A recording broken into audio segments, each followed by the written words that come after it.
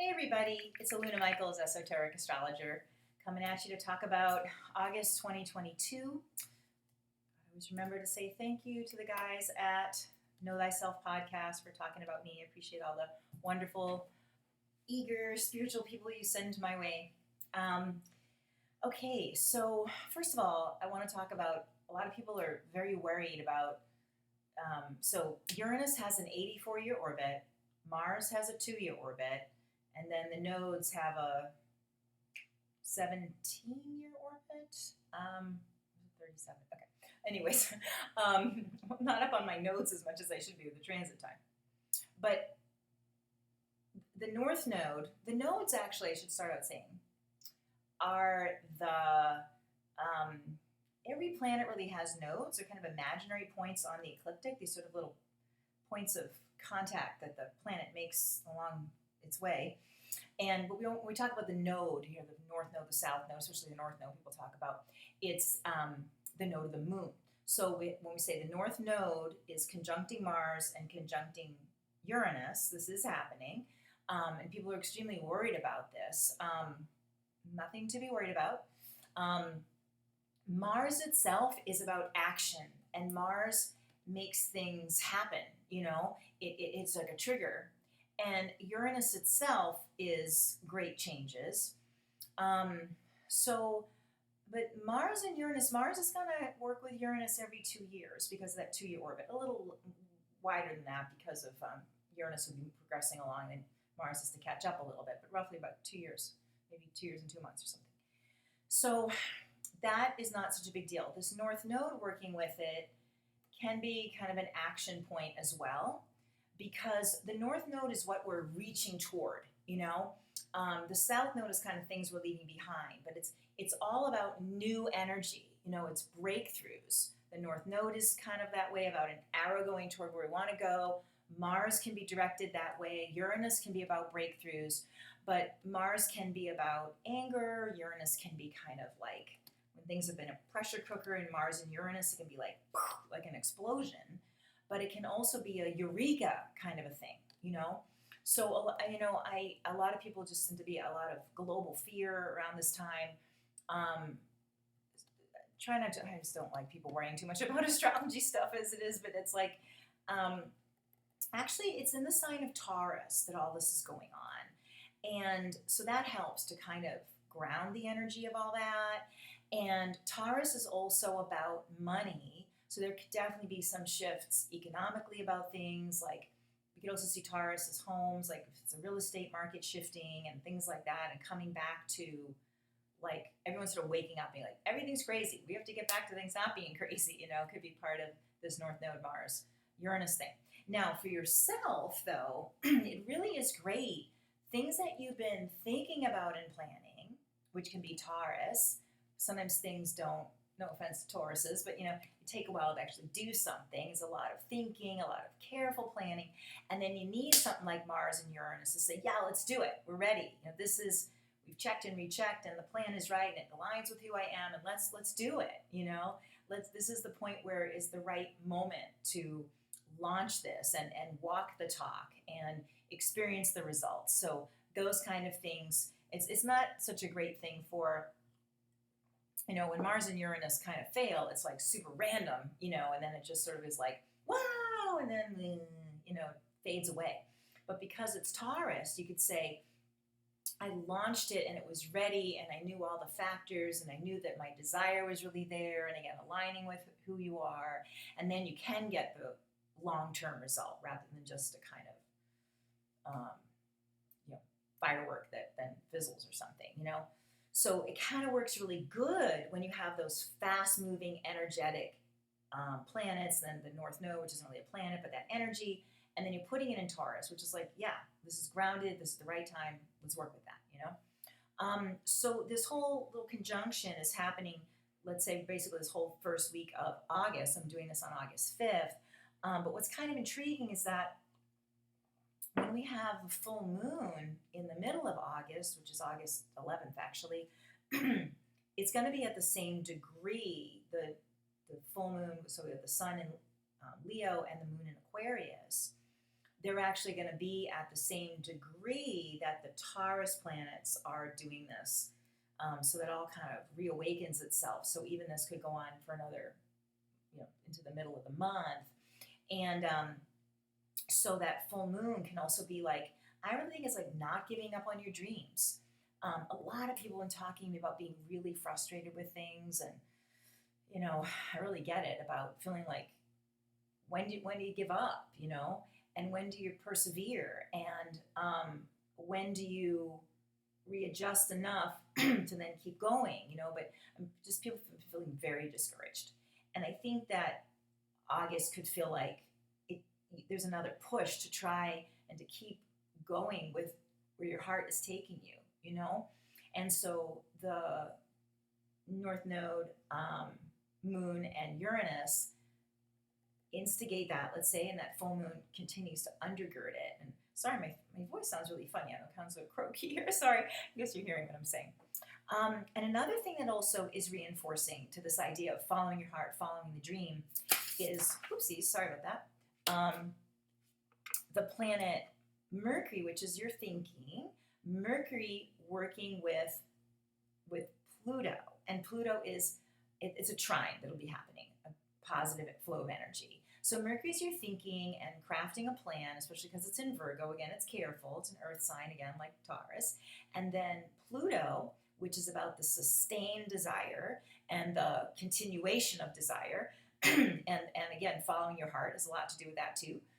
Because Pluto is like the higher octave of Mars. And Pluto, of course, is in Capricorn for a zillion years, like 20 years, so it's soon to be changing into Aquarius. But Mercury and Pluto working together, that's going to be, let's see, that's the 22nd of August. So we've got the third week of August, another, again, that undergirding and that support of your dream and continuing to think positive and to say, what action can I take? Even if it's a small action to move toward that dream, Another thing I think that's going to be very uplifting this month is now Jupiter has turned retrograde.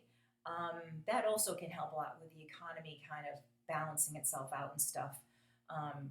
Sometimes when Jupiter is Jupiter is great. Jupiter's really fun, but it can be like over expansive. And then when Jupiter, especially it's in Aries right now, which is woo, so it adds more to that Jupiter. And then when Jupiter turns retrograde, it's like, okay, let's, rethink this or touch ground again, so that actually be very helpful.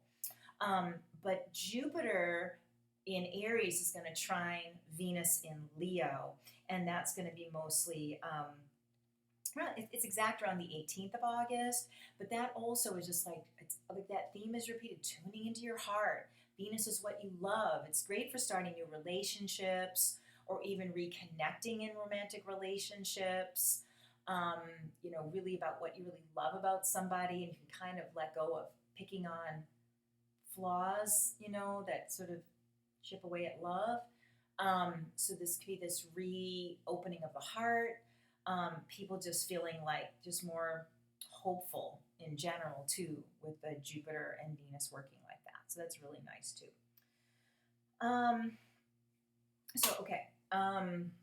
Let's see. Another thing, so Mars, I was talking about at the beginning of the month here, so because Mars moves pretty quickly. Mars is going to be conjuncting Uranus, which is the part that can be like crash, bang, or whatever, but also, yes, we're doing it. So then Mars moves, much faster than the Uranus is staying there. Mars will then trine, make a really great angle to Pluto, just like Mercury's doing a week later. But Mars will be doing that. That's going to be the, what did I say here? My glasses on for this, sorry. That's the 11th. So, again, it's right there in with a full moon. That Mars is also trining that Pluto, which is, again, like sustaining the dream, continuing along. And I think another thing I said earlier, just quickly, but is about just even doing something small each day. Like, say you want to be more spiritual and meditate or whatever. It's like, even if you were doing 5 minutes every day of just like tuning into like what you love, like thinking beautiful thoughts about whatever, friends or family or pets or anything like that, that the sustaining of that action can really pay off a lot when we're having the Taurus planets, the Virgo, Capricorn, we've got that little Earth thing going throughout August, and seeing that small actions continued really build up the result. And it doesn't have to be, because again, that Mars Uranus can be all like, wow, razzle dazzle. But it's like, okay, and let's do little bits each day.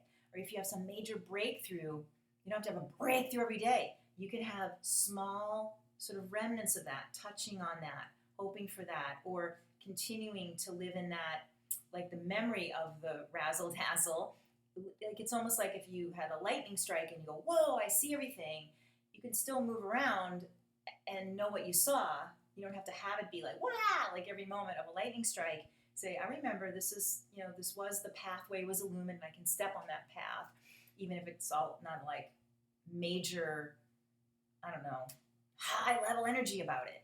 It's like I got the high level, like the epiphany to do it, and now I act on it little by little by little. So you sort of sustain the epiphany that way instead of waiting for another big epiphany. So I think this month can help with that, and that can move you out of that sense of frustration, So, which can be hard if you have that epiphany and then the energy starts to go down a little bit. Not to think, oh, here I am discouraged, but like, all right, what can I do day by day to maintain that or to sustain a little bit or keep going in that direction, and being patient with how that will pay off, because I think you would see those payoffs, especially as the month kind of wears on like that, as it is. Also, the planet Uranus will turn retrograde. Planets turn retrograde all the time. They go forward all the time. People are like, oh no, Mercury's retrograde again. Well, it does that 3 times a year, just for 3 weeks. But the outer planets will go backwards, for 4 to 6 months, and then go forward. And so Uranus is going to be turning backwards.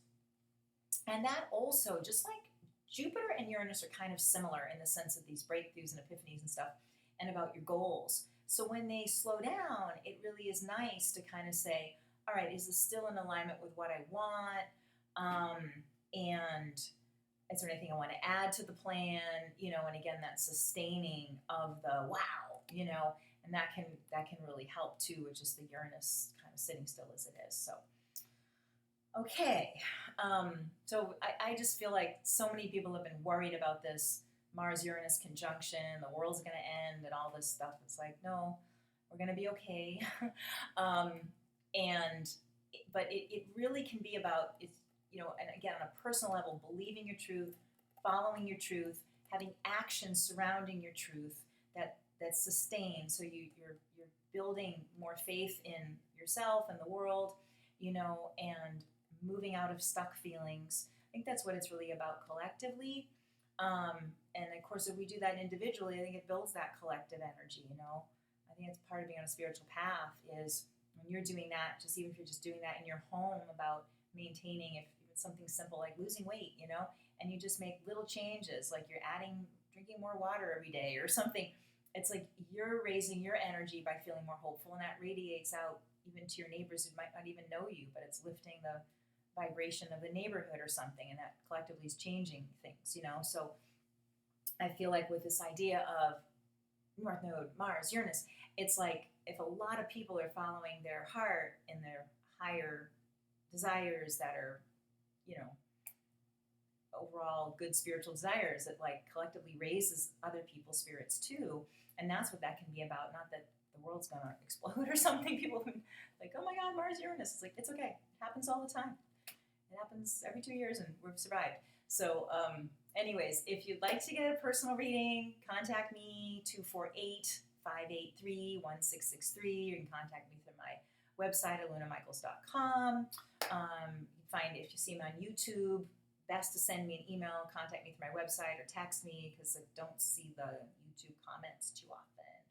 So bye-bye for now, and hang in there. It's going to be a really, really nice month, and just keep focusing on meditating on the heart and believing in your heart, Okay, bye for now.